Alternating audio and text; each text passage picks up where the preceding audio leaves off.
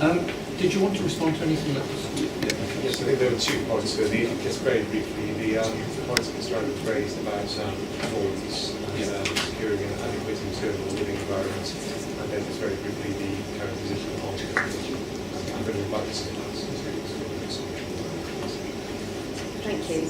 I think it's worth saying that councils have not necessarily said that this site is not capable of being developed. What it has done through its SA style process is to identify some issues that would need to be satisfactorily overcome. And at this stage we don't feel we have the evidence to be clear on those. Noise is one of those issues. Mr. Adams referred to the potential for mechanical measures to mitigate noise, and clearly that can be an option for developments close to noise sources. It's uncommon and it's something we've experienced elsewhere in the Cambridge area. However, it is I think, important to think about that in the context of where there are reasonable alternatives and the choices available to the councils. Clearly we're talking about a site here that would take development closer to a known noise source, and the desirability of that and the quality of the living environment is important to bear in mind. The other point Mr. Adams referred to was in relation to secondary education, and he referred to the planning application, which clearly we did discuss at the outset of the hearing, but as Mr. Adams has raised that, I think it is important just to therefore be clear that the County Council as Educational Authority has still reserved its position on the issue of secondary education, and the point is not whether or not reasonable contributions can be secured for such provision. The question is where that provision can be provided. And the County Council has been clear that there is not capacity within the education facilities in the southern part of Cambridge, and that an alternative would have to be looked for, which would be likely to be more than 3 miles from those developments, potentially in the new school that we talked about on the east side of Cambridge. So it's not so much about, as I say, the contributions, it's about providing accessible and therefore sustainable secondary education close to such an important development.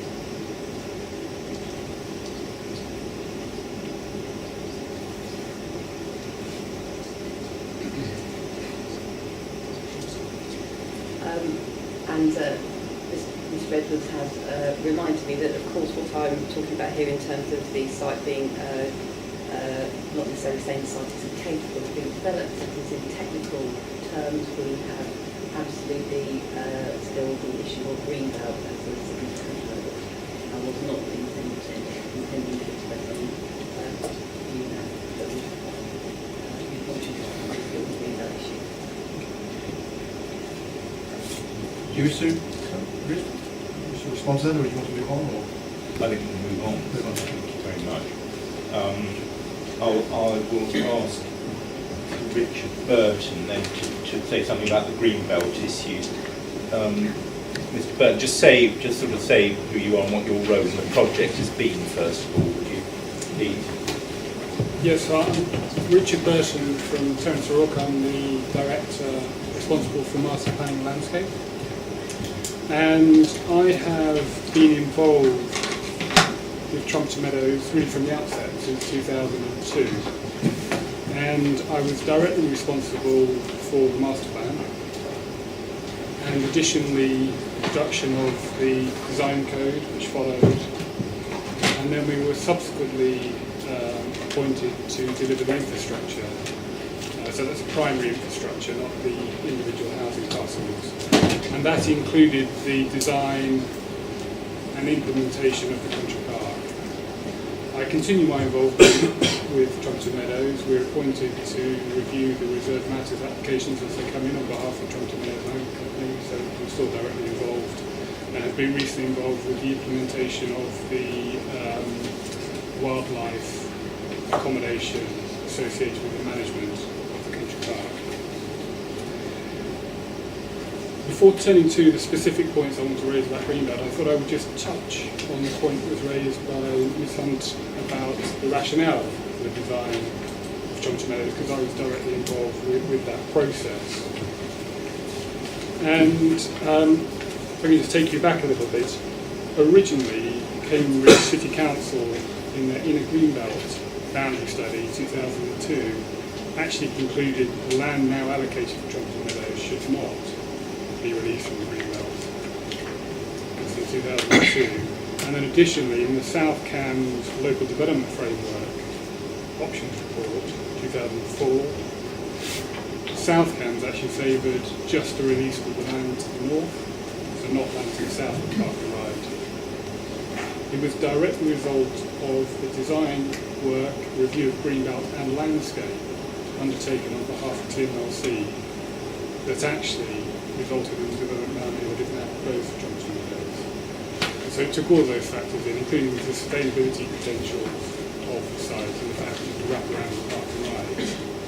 And a point that I want to come back later is that in developing the proposals for the emissions side, the principles that underpinned the initial design for Chomcha Meadows have been repeated as part of the proposals now before you. I think that's an important point. So I'm going to touch on 5 or 6 key issues, and the first of those is really just to do with the Council's own assessment of Greenbelt. And the first of those is that in the Inner Greenbelt Study 2012, apologies, before I go through this, I should just say that I will be referring to Appendix 1 of our hearing statement, which you have in front of you already. But additionally, I'll be making reference to sectors 7.1 and 7.2. And in LDA's report, which is reference RD MC 031, you can see sectors 7.2 and 7.1. Does everyone have a copy? We don't have that in front of us, no. It's the 2016 LDA Greenbelt March 2016. study, if that's what it's called. We can dig it out I from can the lend you, boxes I before. obviously know it, so I can lend you this if... Is that, Yes. yes, Okay. Just so that you're clear about the land I'm referring to. So this is RDMC031 for your reference. I think that's right, isn't it? Yes. And it's the very, I think is this the one that sits the very last page? Correct. That's not a colour one, is it? Have you got a, has anyone got a colour one? It's just easier, but I've got it up on my screen here. Have we got a colour one? If not, then sorry, we'll do the black and white one. let's just carry on. Yeah. Just so, sector 7.1, which you can see on that plan just around Chomcha Meadows, is a sector that's related to the green corridor. And 7.2 is a sector that's to the east of that, directly south of the Chomcha Meadows scheme, effectively the emission site. And the boundary between the two relates directly to the country park boundary. So, Yeah. So in the Inner Greenbelt Boundary 2012 and the subsequent 2015 LDA study, in both of those they assessed that land as a single parcel. And we feel that that was a significant omission, in so much that it attributed quality that was associated with the river corridor to the whole parcel, including the emission site. And the council, belatedly, in the March 2016 LDA report, actually subdivided those areas into 2 parcels that you now see, which corresponded with our landscape assessment. And as such, we feel that the significance that's been attributed to Greenbelt and in particular sector 7.2, has been overemphasised by council really through a very long period, and that has influenced their local plan process. A second point, which I know has been touched on previously, is the LDA 2015 report is based on 16 criteria, and we have consistently said that we feel that's inappropriate and really doesn't relate back to the NPPF principles, but I know that's been touched on before. Our own assessment is finer grain, and it also makes reference to the PAS guidance, which is an advisory note on greenbelt assessment. And effectively, we've concluded that the development could be accommodated without effectively affecting the setting, the perception of sprawl, encroachment, or the merging of settlements. And really, I'm just going to touch on each of those issues in turn. So in terms of the setting of Cambridge, the agricultural land within sector 7.2 we think is denuded and has urban fringe characteristics. Now those include the developments associated with the southern fringe, which influences the character of that area and the extent to which it's rural, but also the M11 motorway and indeed Hawkston's Road. And in LDA's very first greenbelt assessment, that zone they categorised as connected landscape, which was determined, one of the characteristics of that is lacking individual distinctiveness. So in effect, to summarise, we don't really think it's a particularly fantastic piece of landscape that is significantly contributing to the setting of Cambridge. Additionally, actually the land to the south of the M11, so if you can imagine yourself, and it may be worth referring to Appendix 1 here, if you can imagine yourself driving from Hawkston along Cambridge Road and going to the M11 Junction 11 motorway and on into Cambridge, the land between Hawkston and the current Trumpton Meadow scheme is all important in terms of how you perceive Cambridge and how you arrive in that. And the council really make very little reference to the land south of the M11, but it is an important aspect of the setting and needs to be considered in the context of the release of the land to the north. And we feel that there's an overemphasis on the way the land is contributing to setting north of the M11.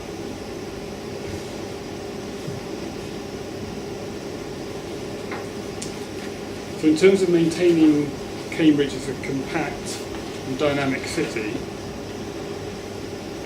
Sector 7.2 is contiguous with the urban edge, as a matter of fact, and we feel will be perceived as a natural extension. It's also visually and physically connected. In the LDO report, they do acknowledge that there's no interdivisibility between this site and the historic core, and that's our view as well. So in terms of the way you perceive this to the centre of Cambridge, it's only in the way that you drive in, there's no interdivisibility when you're there. And the emission site is only proposing to extend the development area 20 metres further south, to 200, I beg your pardon, 200 metres further south, which we don't think will affect the morphology of Cambridge or its compact nature. And just as the Trumpton Meadows scheme, the potential exists to improve the pedestrian cycle connections, which means that you will still be able to cycle, walk, or indeed catch the bus into the centre of Cambridge. So it will be still perceived as a compact city.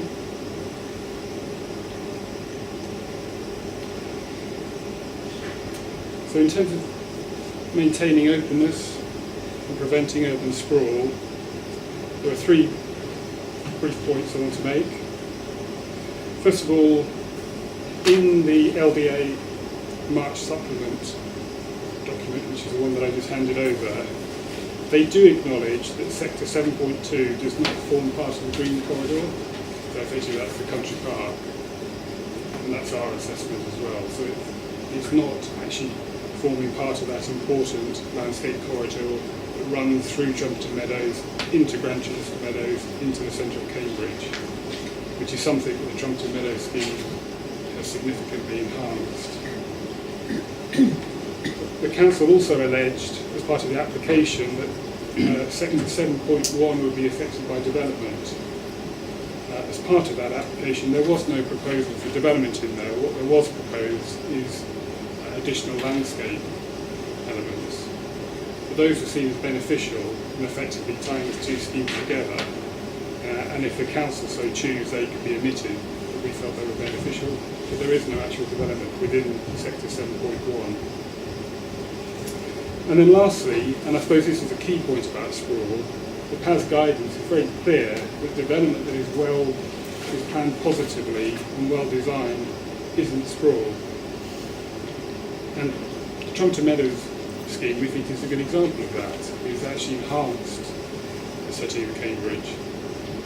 And that's a point that I'll come back to right at the end.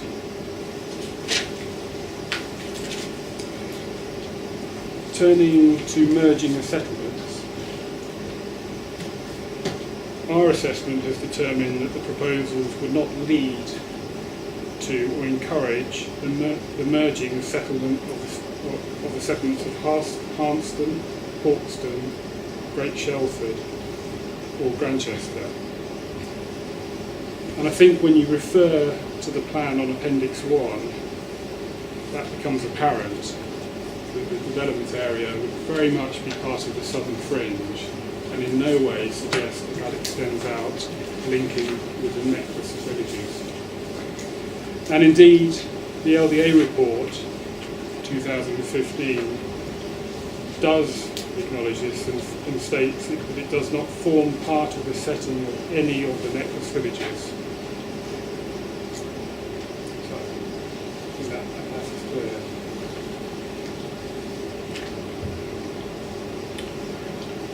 And the last point that I'd like to come on to really is about the Trumpton Meadows design itself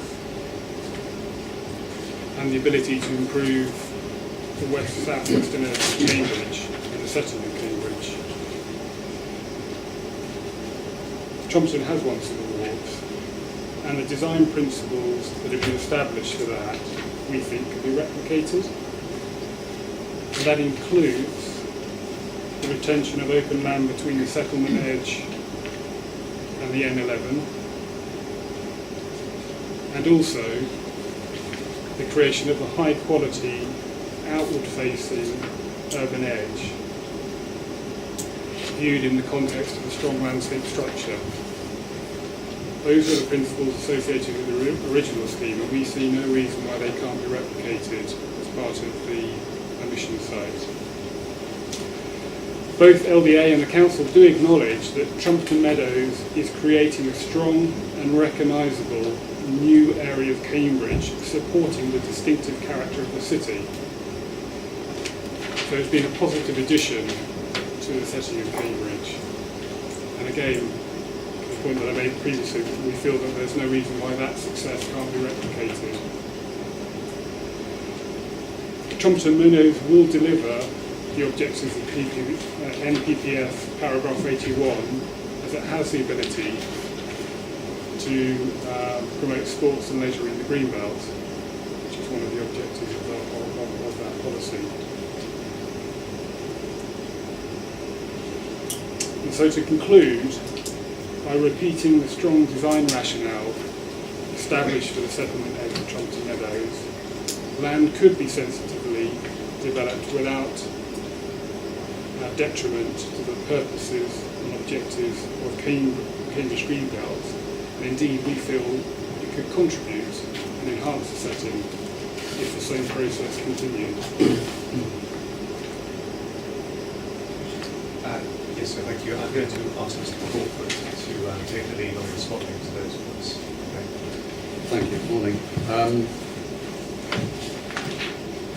just a couple of very brief points, I guess, to start with, and then getting into the meat of it.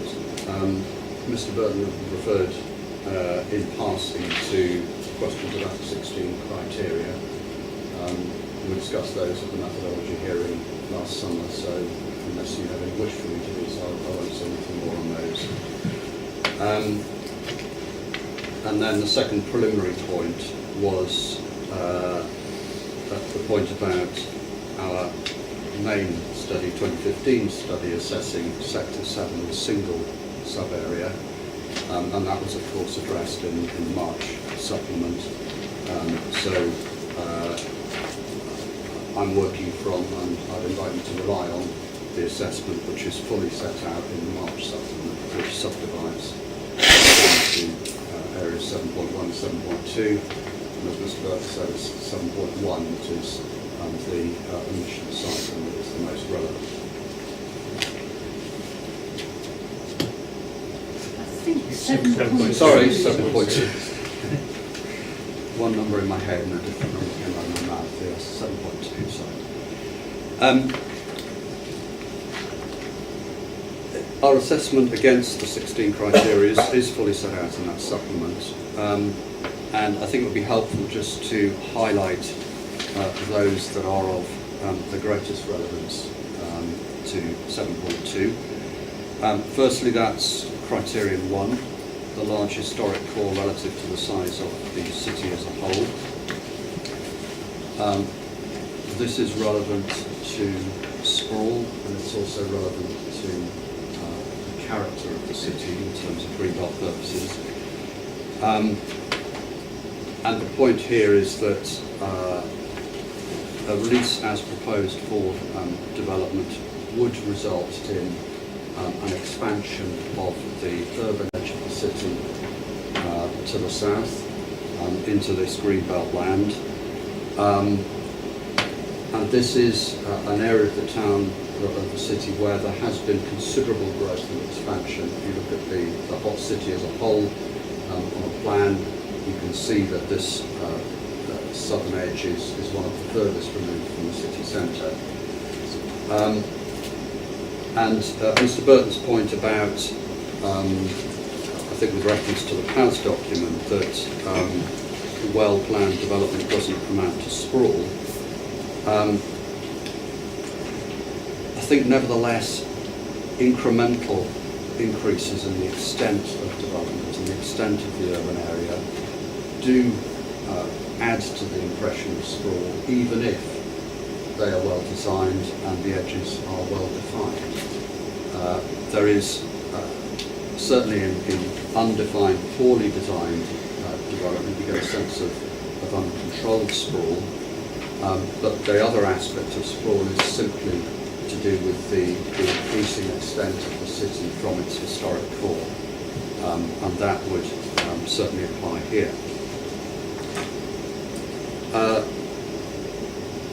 Next, criterion 3, quality 3, which is about short and or characteristic approaches to the historic core from the edge of the city.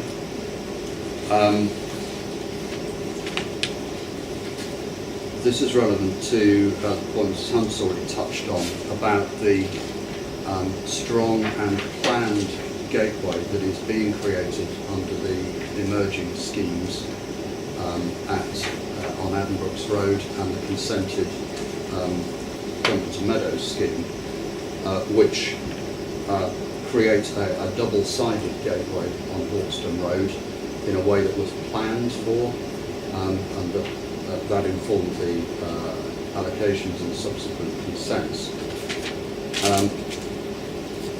This proposal would bring forward development on one side of the gateway, be around 200 metres, and however well designed that might be, that considerably diminishes the quality of that gateway, the strength of that gateway, creating something that is,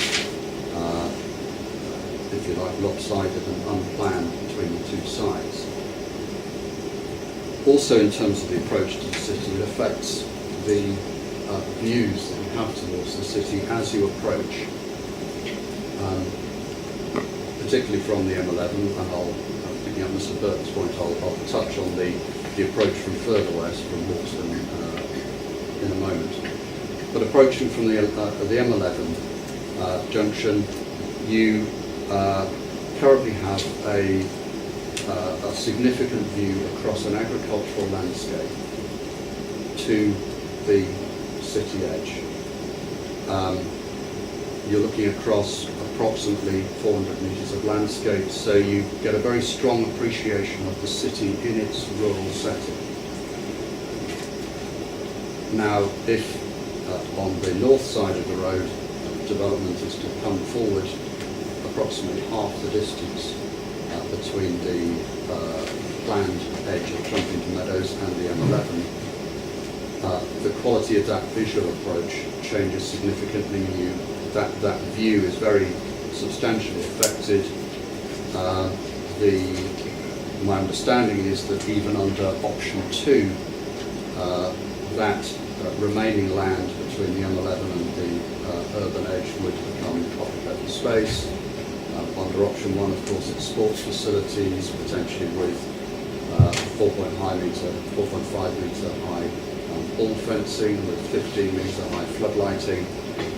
So it's of a very, very different quality from the current view across open land, across agricultural land to the edge of the city, which is an important characteristic of the approach to the city edge.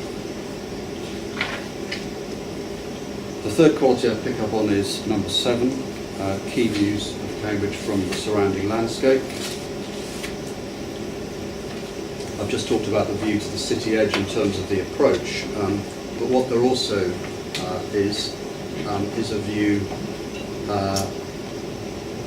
from a number of locations, from the M11 junction, the slip road to that junction, from the A10 approaching from Hawkston, so west of the M11, and from Hawkston Road running into the city. There is a view of Trumpington Church, which the ongoing development at Trumpington Meadows has retained, and there is, at the very least, a significant likelihood that that view would be lost. And if I could refer you to Appendix 5 in the matter statement provided on behalf of Grosvenor, which shows the illustrative master plan.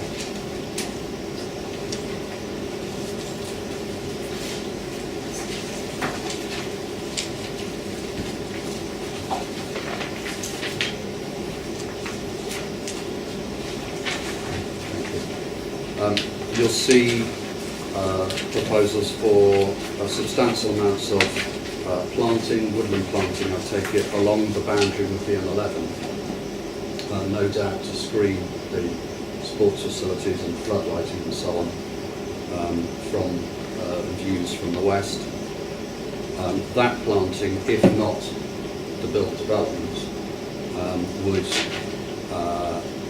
significantly reduce the availability, if not completely remove the availability of views of Trumpington Church.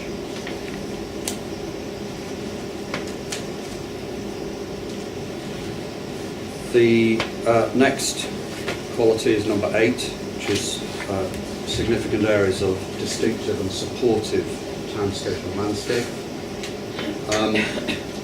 Mr. Burton has referred to the fact that our 2002 study categorised part of Area 7.2 as connective rather than supportive.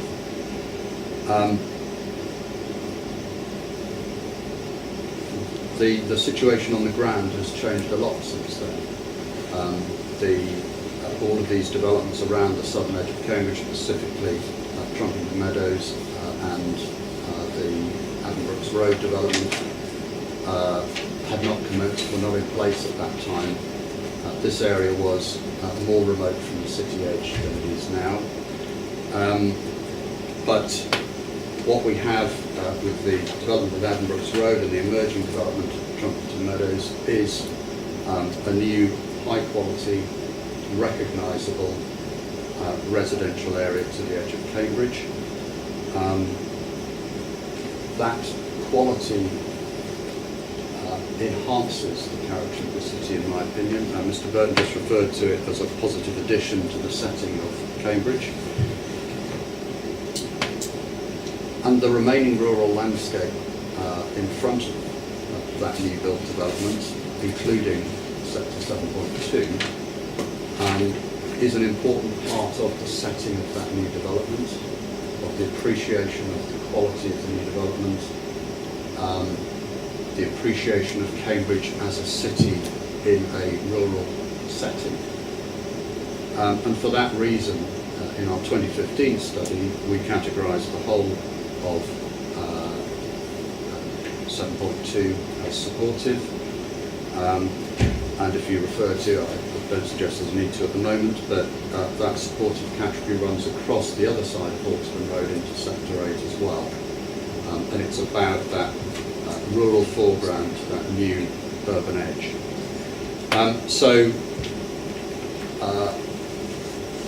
Under the proposal from Grosvenor, a significant area of that supportive landscape would be removed from the greenbelt. Two more qualities of particular relevance. The first is number 12, which is about the distribution, physical and visual separation of the necklace villages. Mr. Burton said that we had confirmed that the sector doesn't form part of the setting of any of the necklace villages. That's quality 13. That's a different issue. So quality 12 is to do with merging and the role of greenbelt in preventing merging. Quality 13 is to do with the character of those necklace villages, which in turn is an aspect of the setting of the city. The fact that very close to the city you have this ring of villages which are strongly rural and are set in a deeply rural landscape despite being very close to the city. That is one of the long recognised characteristics of the city. So that's not what we're talking about here. We're talking here about the merger issue. And we've identified that Area 7.2 contributes to the separation between Cambridge and Hawkston. And the release of part of the land from greenbelt would reduce that separation. Now, in terms purely of distance, of measurements on a plan, it would be a reduction of 200 metres over something like, I don't have the exact figure, but maybe 1.5 kilometres. But in terms of perception, it's more significant. As seen, as perceived from Hawkston or travelling from Hawkston towards Cambridge, you have countryside extending from the village across the motorway and on to the city edge. Under the proposed scheme, the urban edge of the city becomes closer. The remaining land between the urban edge and the motorway is under their scenario 1, becomes sports facilities with, as I've said, floodlighting, ball fencing, and what was mentioned earlier, potential buildings and other structures. It becomes, whilst it remains open, it's a significantly more urbanised landscape. That would mean, in terms of the perception from Hawkston, the approach from Hawkston, where currently you have views across the rural landscape west of the motorway and then on into the existing rural landscape within 7.2, the perception would become that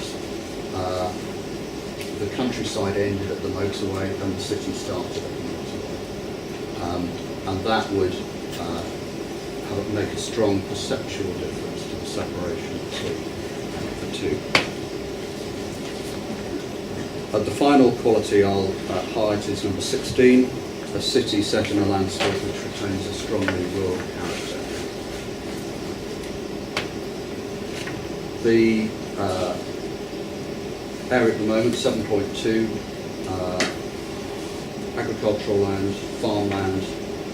It has a distinct rural character. Yes, there are urban influences on it, particularly from the emerging development of Trumpington Meadows. I wouldn't describe the M11 as an urban influence. All over the country, there are areas of countryside that have motorways and major roads through them. They're not as peaceful as areas of countryside that are remote from those routes, but there's no suggestion that they're not rural. They are thought of as part of the countryside.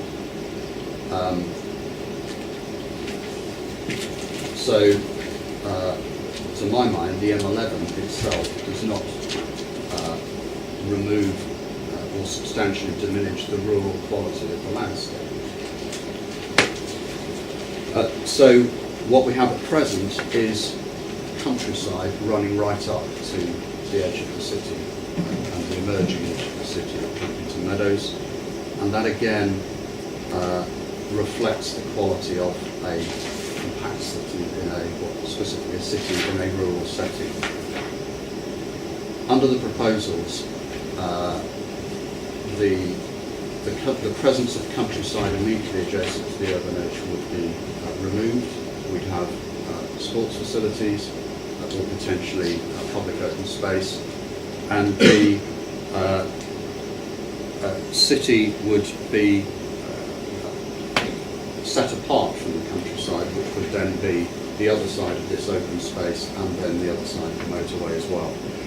So those are the respects in which a release here would principally affect greenbelt purposes. I'm just checking my notes to see if there are any other points Mr. Burton may have picked up on.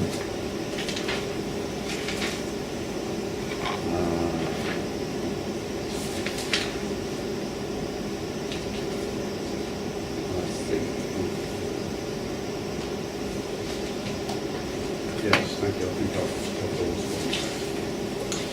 Thank you, sir. Do you wish to respond? So, okay, I'll respond on 4 of those points if I may. The first one, which is to do with the approach to the development boundary. Effectively, we're proposing an asymmetrical arrangement, gateway or threshold into the city, as opposed to an arrangement where you've developed as the same either side. Both are valid. Indeed, around Cambridge you'll experience both of those arrangements. And we're very clear that we don't feel that that asymmetrical arrangement cannot be designed in a way that will still be a positive feature to the edge of Cambridge in that location. Mr. Crawford mentioned quite a bit about visual impact. I specifically didn't touch on that in so much that it's not really a greenbelt issue other than related to setting. But I know the area extremely well, and there are limited views of this area from the south. And where you would see the development, you would see it in the context of the southern fringe behind, and indeed the Trumpington Meadows scheme. And certainly as part of the submission, the outline application, a detailed landscape vision assessment has been undertaken. A specific point about the church, Trumpington Church has been designed into the Trumpington Meadows schemes. I think that's one of the positive features of it. And so if you were to drive through the Trumpington Meadows scheme, you will see the church at certain locations. However, and this is an important point, once the whole scheme has been built out south of the Park and Ride, those views of the church from countryside will be extensively lost. So at the moment you can see the church, but that's because the southern part of the scheme hasn't been built yet. Once and development in that location is between 3 and 4 story in height.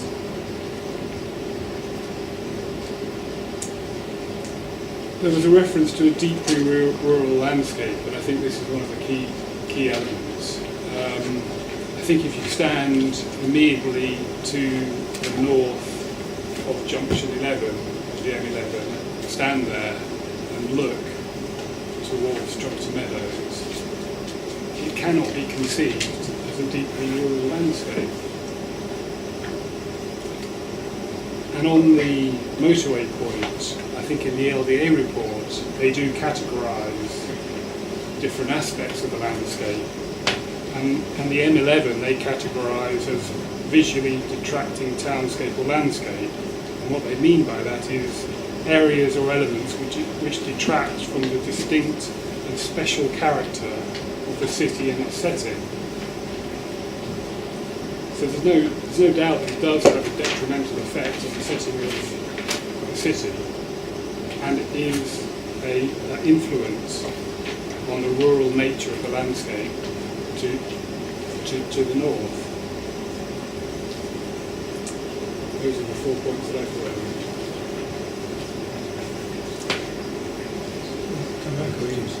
It's just in relation to perhaps the very first point that Mr. Burton mentioned, which was left hanging.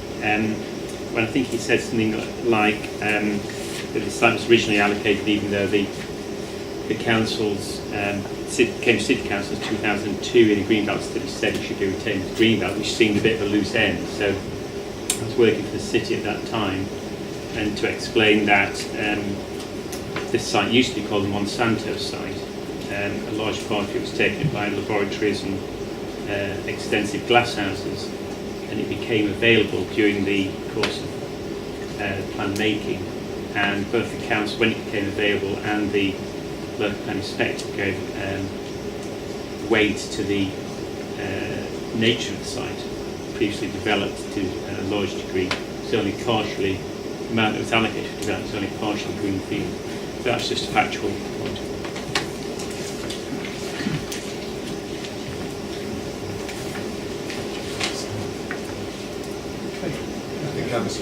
Sorry, if I could just come back on, not all of them, but a couple of points Mr. Brett just made.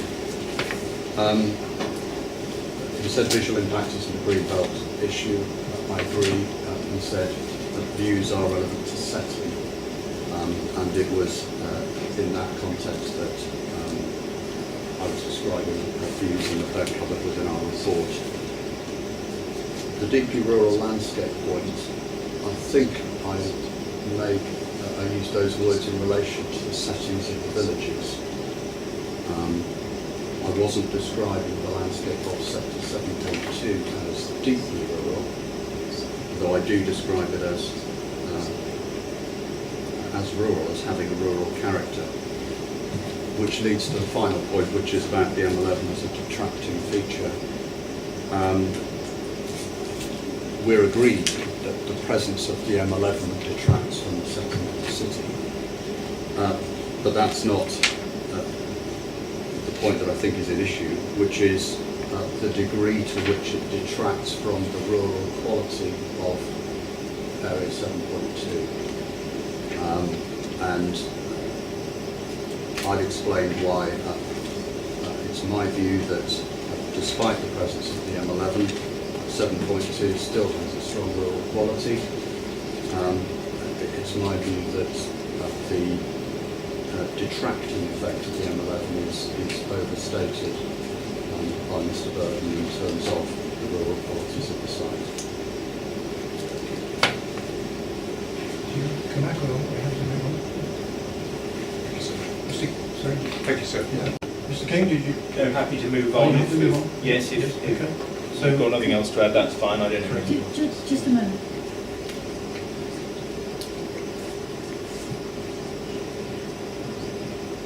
Yeah.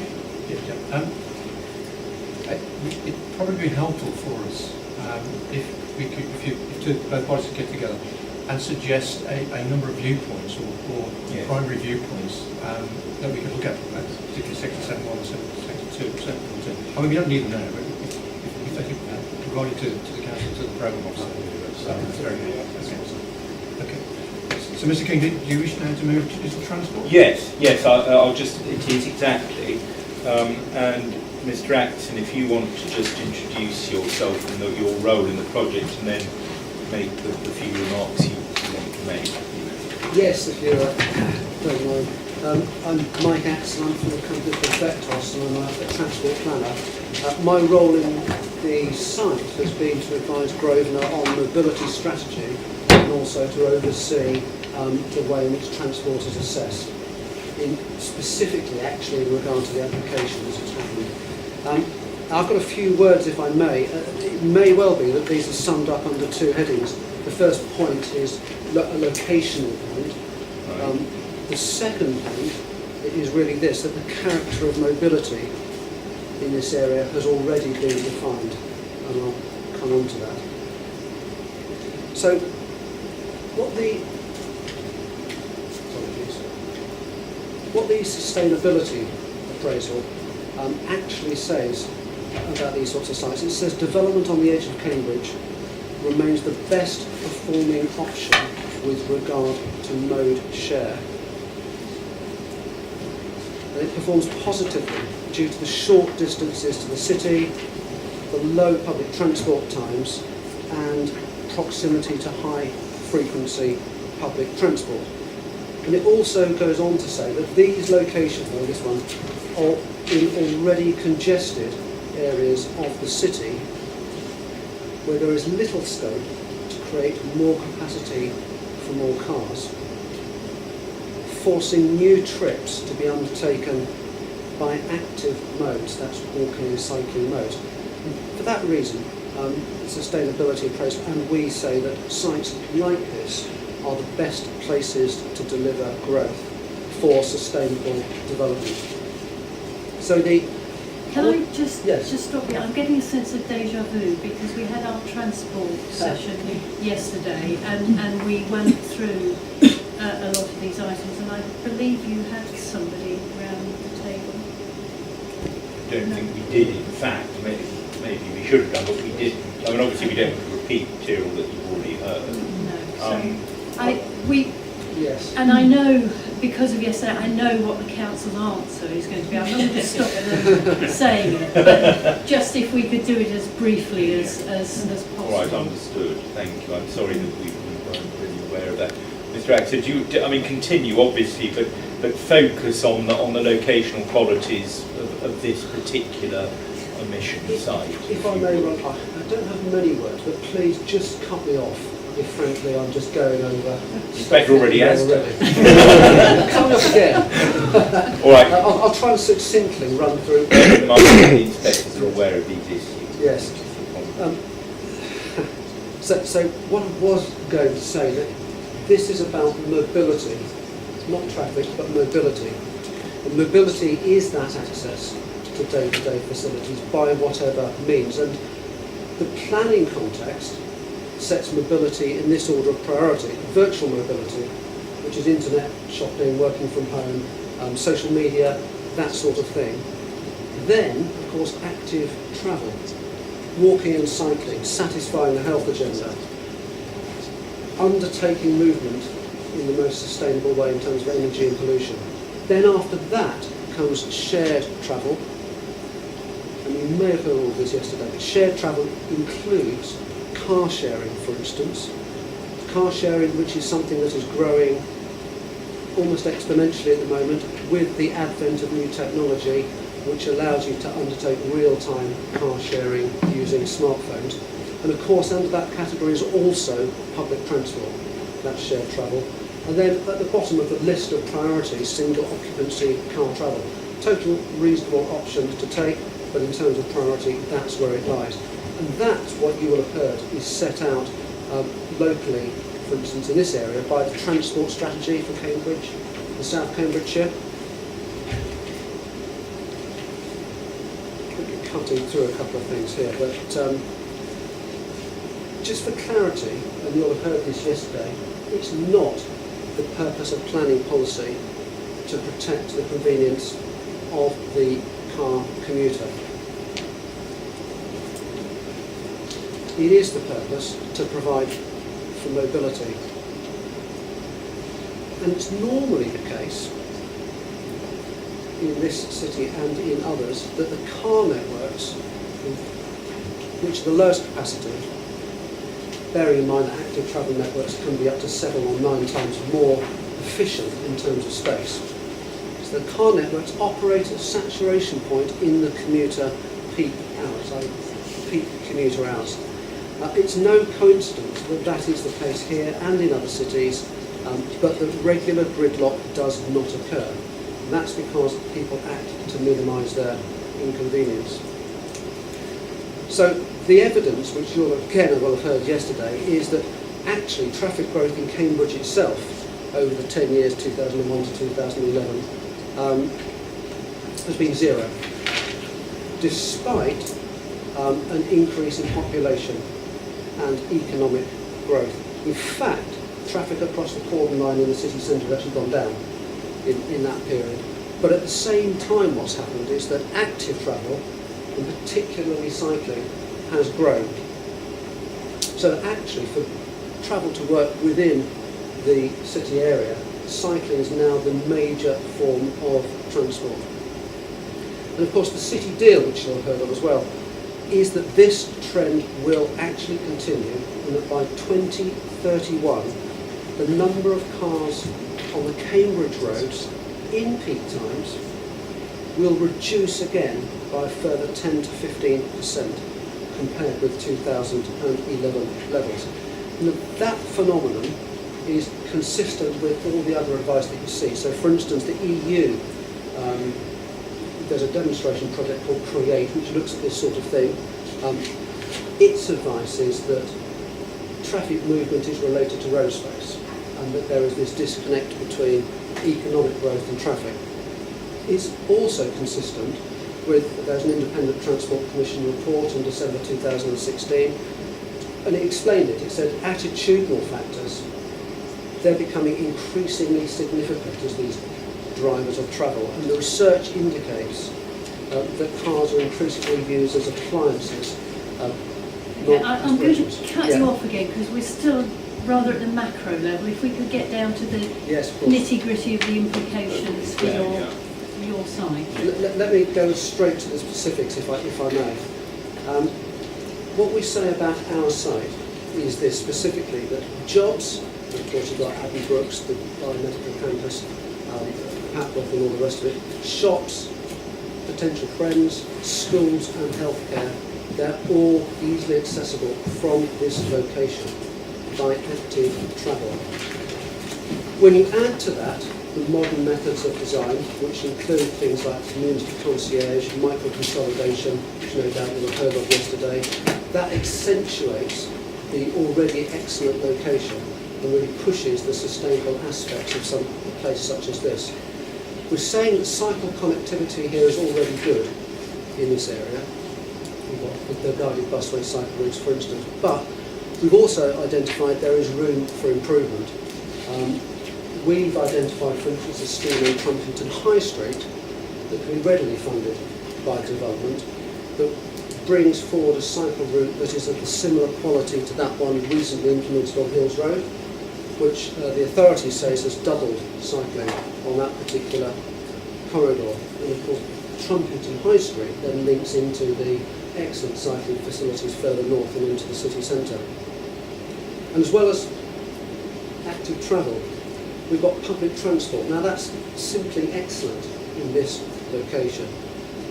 The bus network's on the doorstep. It provides one of the highest frequency and highest quality services in Cambridge, linked directly to the guided busway, which links directly to the railway station. Now, specifically again, there was a household interview survey undertaken in January 2017 at Trumpington Meadows. That's mentioned in our representation. Indeed it is. And these are, I'm going to cut through some of the results, but these are the headline results. That firstly, the preferred mobility hierarchy is cycle, followed by car, followed by public transport. Then 90% of the people interviewed travelled to work towards the city. Now that includes the Edinburgh area. So how many percent? 90%, 90%. Of those, of that 90%, 61% cycled, 25% drove, 8% took the bus, and then there was the motorbikes and taxis. For education-related travel, and that's an important one because 50% of movement in the morning peak period is related to education. So for education-related travel, 55% cycled, 24% walked, 18% took the bus, and nobody took the car. Now, during that survey, the respondents then were asked to tell us what transport improvements they'd like to see. Now, interestingly, none of those respondents asked for road capacity improvements or alleviation of road congestion. The overwhelming response was an improvement of the Trumpington High Street cycle route into the city, and then followed by providing buses later into the evening, and then cheaper bus fares.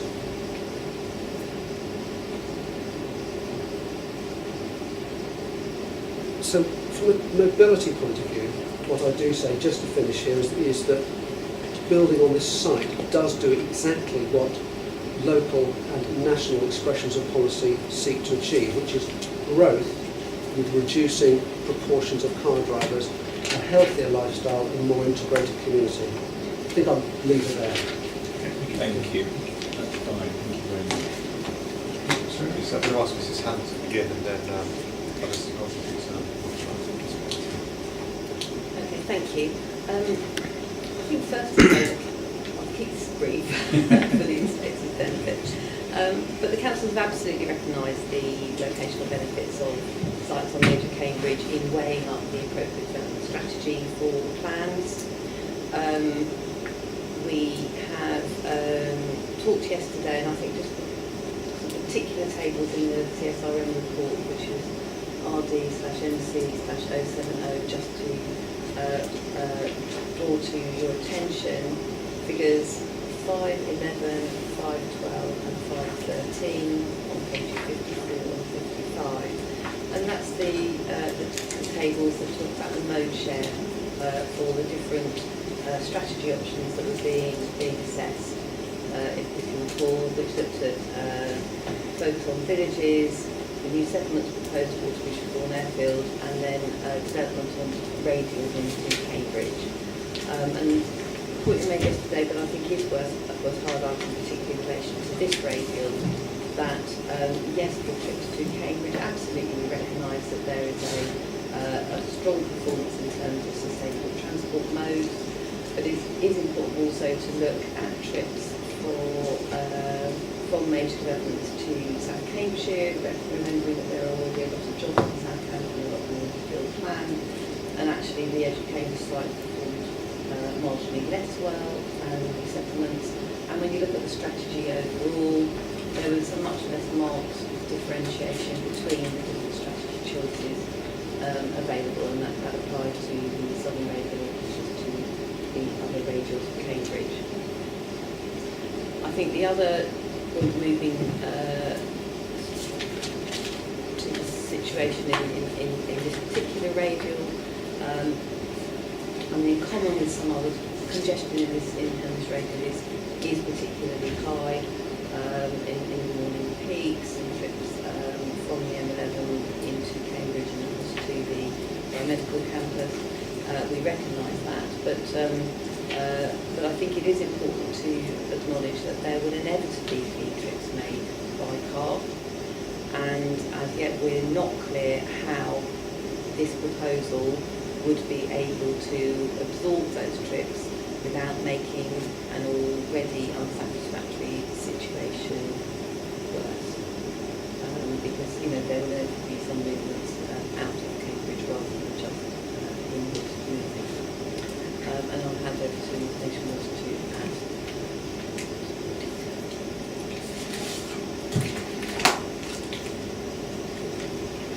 Again, we quite clearly state in all the modelling that sites on the edge of Cambridge are better access to active and public transport mode shares, but it is the residual car trips that are particular concern that the efficacy of being able to accommodate those trips has not yet been proven. I think that's the long and short of it, summing up what we discussed yesterday at great length. Thank you. Do you wish to come back with that? Anybody? If I may, just very quickly, I think there was a statement about absorbing trips on the network. If I can be clear, adopting a predict and provide approach is not this authority's policy position, and it's not the expression of policy, national policy either. Talking about trying to absorb new trips on an existing network, and I suspect this means in the commuter peak hour as well, is not a policy aim. It's not actually something that is necessarily desirable, and it's more complex than that as well. Clearly new development generates car trips, it's going to, but what actually happens within the network is a series of complex decision making, and what we're finding, what we found, the evidence actually, and this has been explained to other local planning environments, is that the overall effect in commuter peak periods is no change. So for instance, we do not predict an increase in traffic and then build bigger roads to accommodate that traffic. For instance, we do not say that let's not build in a sustainable location because, as it happens, the road network is already congested. What we say is let's build and design properly so that we have a choice of means of mobility, but we satisfy mobility, not traffic demand. And don't get me wrong, traffic models can, if they're not operated carefully, predict chaos when no chaos will actually ensue. And if you go to, for instance, Stevenage, Cardiff, Leeds, London, Paris, Berlin, Vienna, and I mention those ones because they're part of the EU research studies, they are all saying that in fact the volume of traffic on our roads is a function of the road space capacity that we've got on our roads, and that's absolutely fine. And their approach to life, which is the same as the approach to life in Cambridge as it happens, because this is also set out in the transport strategy for Cambridge, is that no more capacity will be provided for cars, more capacity will be provided for mobility. And as a result, for instance, the city deal in Cambridge is saying we expect a reduction in cars on our roads, despite the fact that we expect an increase in growth, employment, population and all the rest of it. So when you come to look at the model, the model is only a tool, it's not the source of ultimate truth, and one needs to use it as a tool on the basis of the assumptions that's been put into it. At the moment in the model, the assumptions that have been put into it is that there will be growth in car traffic. And not surprisingly, the results that come out of it are there will be growth in car traffic. That's not a reason to put development in a place where it's easier to drive. It's actually a reason to put development in a place where it's easier to get mobility. Also, the model is based on something called generalised cost, which is time and cost. The judgments it makes aren't particularly good, and therefore you need to use it as a tool on that basis. Time and cost means that each individual on the transport network has a perfect understanding of the time it's going to take for the trip and the cost it's going to take for the trip, and that they make judgments accordingly. The research is that almost nobody has a perfect understanding because they can't process mathematical models in their own mind. And that even if they do have an understanding, those are not necessarily the variables that they use when making judgments about trips. So that if now you were going to say we need to predict a demand and provide for it on the road network despite everything else, then you would be making a slightly different judgment to if you were going to say we want to generate growth, population, better community, better healthier lifestyles in Cambridge, and giving weight to traffic in the context of the weight that you give to mobility in the order of priority that I've already set out, and is actually set out in the authority's own documents. You explain? Yes, please. Well, firstly, I absolutely did not, either say or intend to be interpreted that suggesting a predict and provide approach to transport trips. As I said, the councils have absolutely recognised locational advantages of the edge of Cambridge. Absolutely, it is important to make best use of sustainable modes of transport from development wherever it is located. The transport modelling very much takes into account some challenging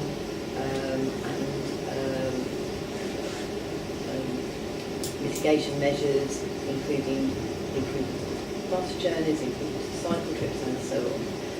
However, inevitably, there will still be some car trips, and what the CR3 model does is to predict what those trips are likely to be, and depending on the destinations people are looking to move to.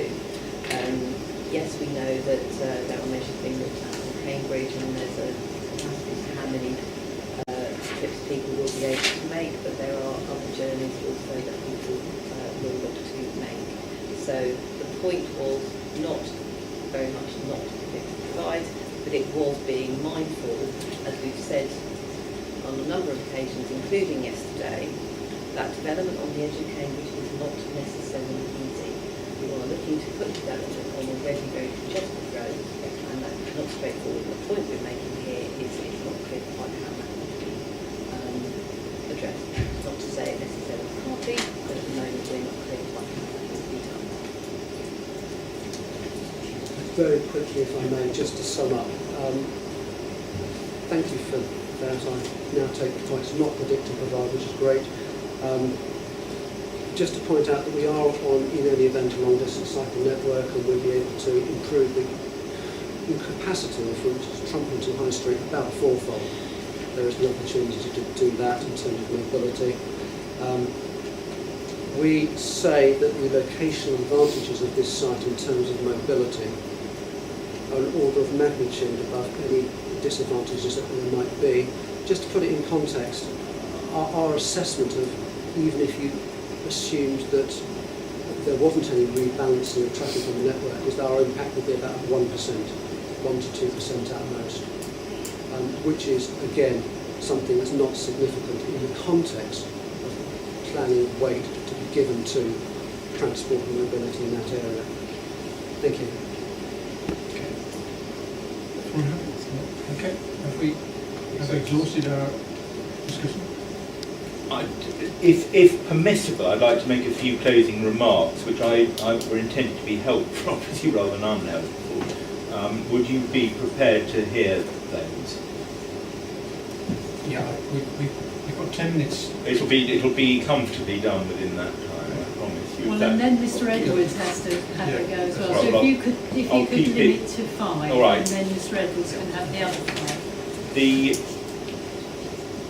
housing allocation, the consequential alteration of the greenbelt boundary is promoted on the basis that exceptional circumstances exist in the form of the need to allocate more land for housing. That's obviously a matter that's been discussed in other sessions of this inquiry, but that is unequivocally the basis on which the case is put. The land proposed under option 1 in our appendix 4 for allocation for sports and recreational facilities would of course remain in the green belt. So there's no exceptional circumstances advanced or required in that respect. It's advanced on the basis that there is a need to allocate more land to make provision for sport and recreation, again dealt with elsewhere at this examination. But that need, which we say there is, for the allocation of the land for sport and recreation is also relevant, I suggest, to the justification for the greenbelt boundary change, because the sport and recreation allocation is only sought in combination with the housing allocation. It doesn't stand on its own.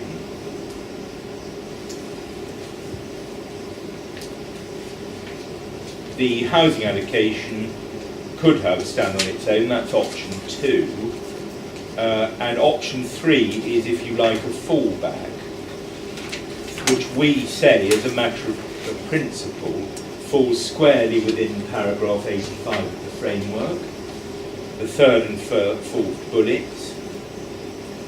Those subparagraphs expressly obviously contemplate providing, through safeguarding, for needs beyond the end of a planned period. And we promote that as an option if, contrary to our main, obviously what is our main case, you, Madam and Sir, find that there is no need to allocate the objection site for development within the current planned period. If more housing land is needed, we submit this site is an obvious choice. Why is it an obvious choice?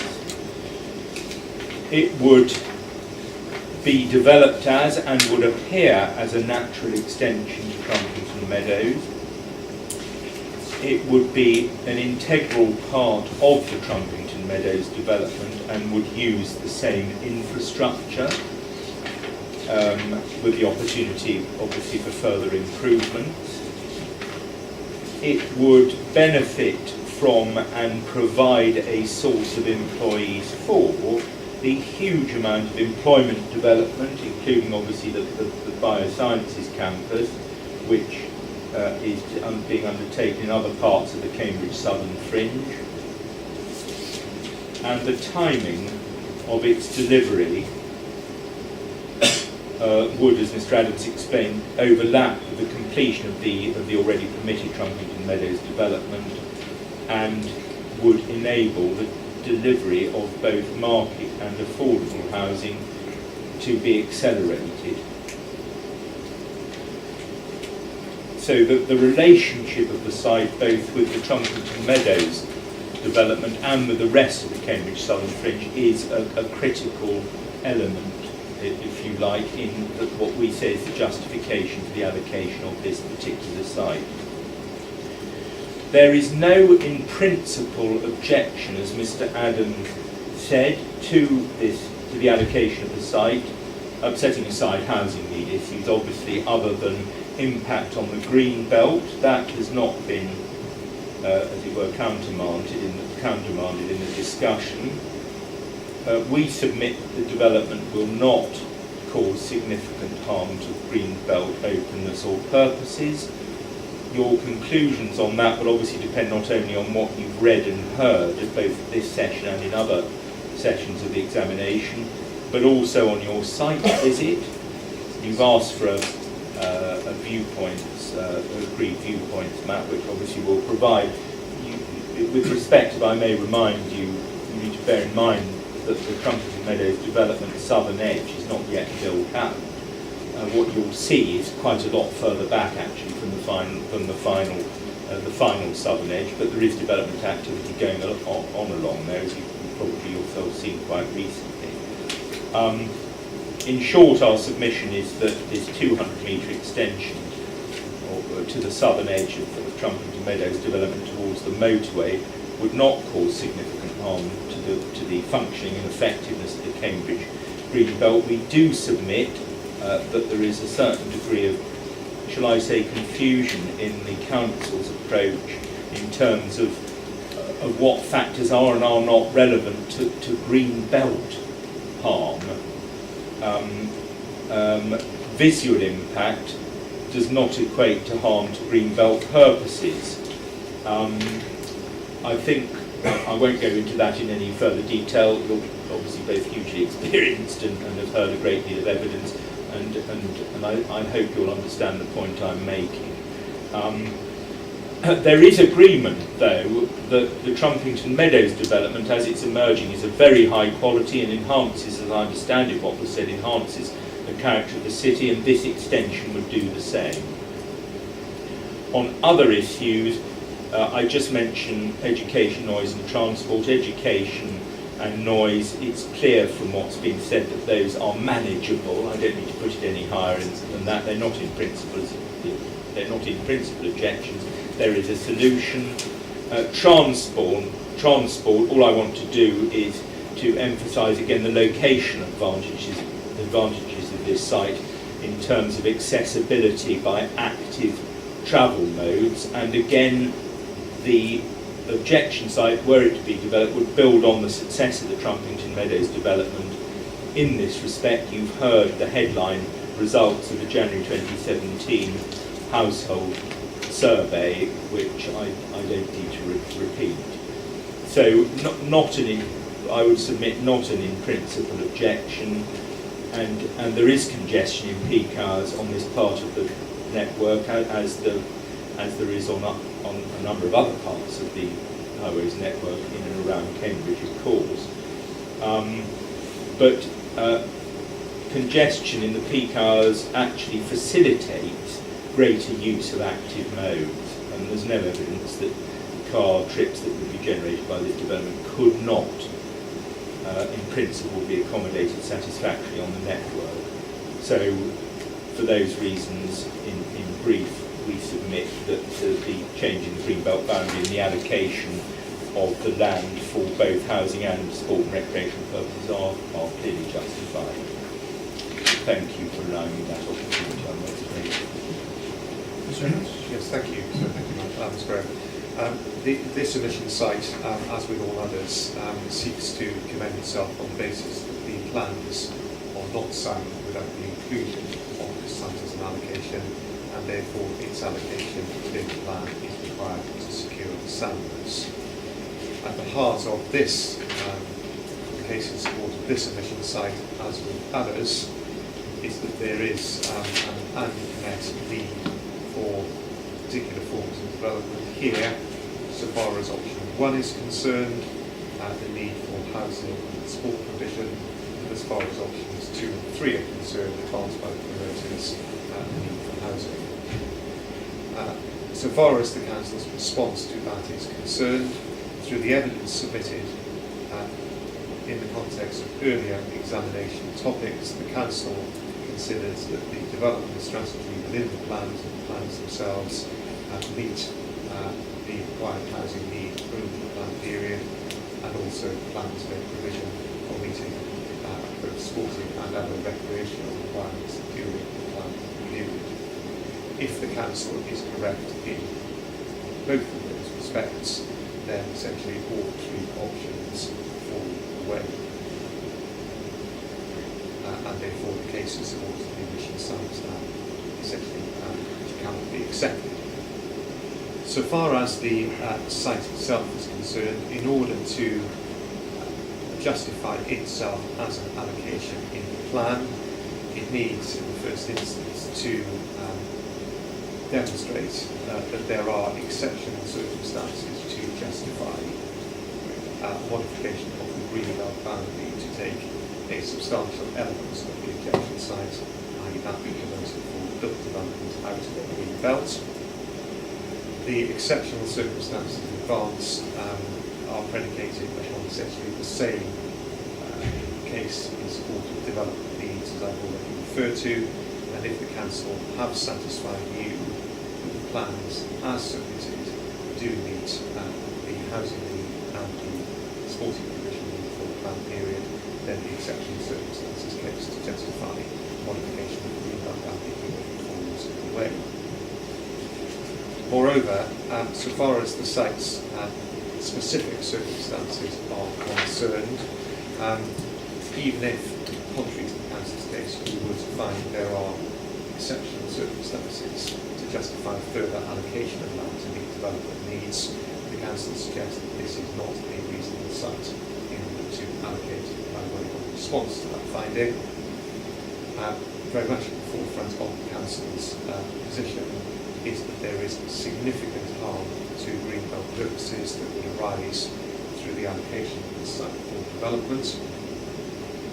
The opportunities to release land around Cambridge for development by modifying greenbelt boundaries has been thoroughly assessed in the LDA work, which has equally been thoroughly examined in the earlier sessions of the examination. And we would suggest that the work carried out by LDA represents a thorough and reliable basis on which to identify where opportunities do exist and which have been taken to release land from the greenbelt, and where they do not, and this is what is on. And we would commend the approach taken and the judgments reached by Mr. Crawford and his team, both generally and in respect of this site to you, and to lead you to a conclusion and to release this site from the greenbelt more specifically. Just as a subsidiary point, we don't accept the submission that you just heard. There is some form of confusion in the mind of the council or indeed Mr. Crawford about the approach to greenbelt. The grounding of the 16 qualities to which he's referred in the functioning of this specific greenbelt around Cambridge have already been explained in the sessions, and the relevance of visual harm, according to Gates and Currency in this morning's session, to greenbelt purposes in a particular setting has been explained by Mr. Crawford. There are further constraints so far as being able to reach a conclusion this site can reliably be developed to meet any development needs. Those include, firstly, issues relating to transport. The Council has fully accepted that opportunities for active mode and use of public transport for any site on the edge of Cambridge are positive. Been through that issue many times in the examination. But that is not the end of the matter. As has been explained, the development proposed here is development that would inevitably generate some vehicular movements, and those vehicular movements will be compelled to use one of the most congested corridors into Cambridge, the Hoxton Road. And how avoiding making an already difficult and unacceptable position worse as a result of this allocation has not been resolved in any information brought forward by those promoting the site. Secondly, as far as education capacity is concerned, it is not, we would suggest, been demonstrated to be a constraint that can be reliably set to being overcome. Yes, contributions can be sought. The contributions are only as good as that which they can deliver. The reasons Mrs. Hunt has indicated, local education authority is very clear indeed that it cannot at the moment identify any opportunities to enhance secondary level education capacity to absorb demands required from this development, nor was the promoters of the site really realistically sought to identify any such opportunities. Then, as far as noise is concerned, yes, of course, mechanical ventilation and the likes are not uncommon in terms of planning, not uncommon in Cambridge. They can be delivered. But the issue for you, amongst others, grounded in the tests for soundness, is whether a plan allocating this site is justified, and that is reflects the most appropriate strategy considered against reasonable alternatives. And we would suggest that there are plenty of reasonable alternatives that are capable of delivering that required for any development needs that are unmet in a form that doesn't involve the introduction of mechanical ventilation and other noise insulation measures that would be required for this location. So we would suggest that A, there is no need for any further land to be allocated. Secondly, if there is, there are no exceptional circumstances that justify allocation here. And thirdly, there are site-specific constraints from the greenbelt and unresolved further constraints, traffic, education, and noise, which indicate that this site would not be favourably considered as a candidate for allocation if further land is required for development needs in the plan.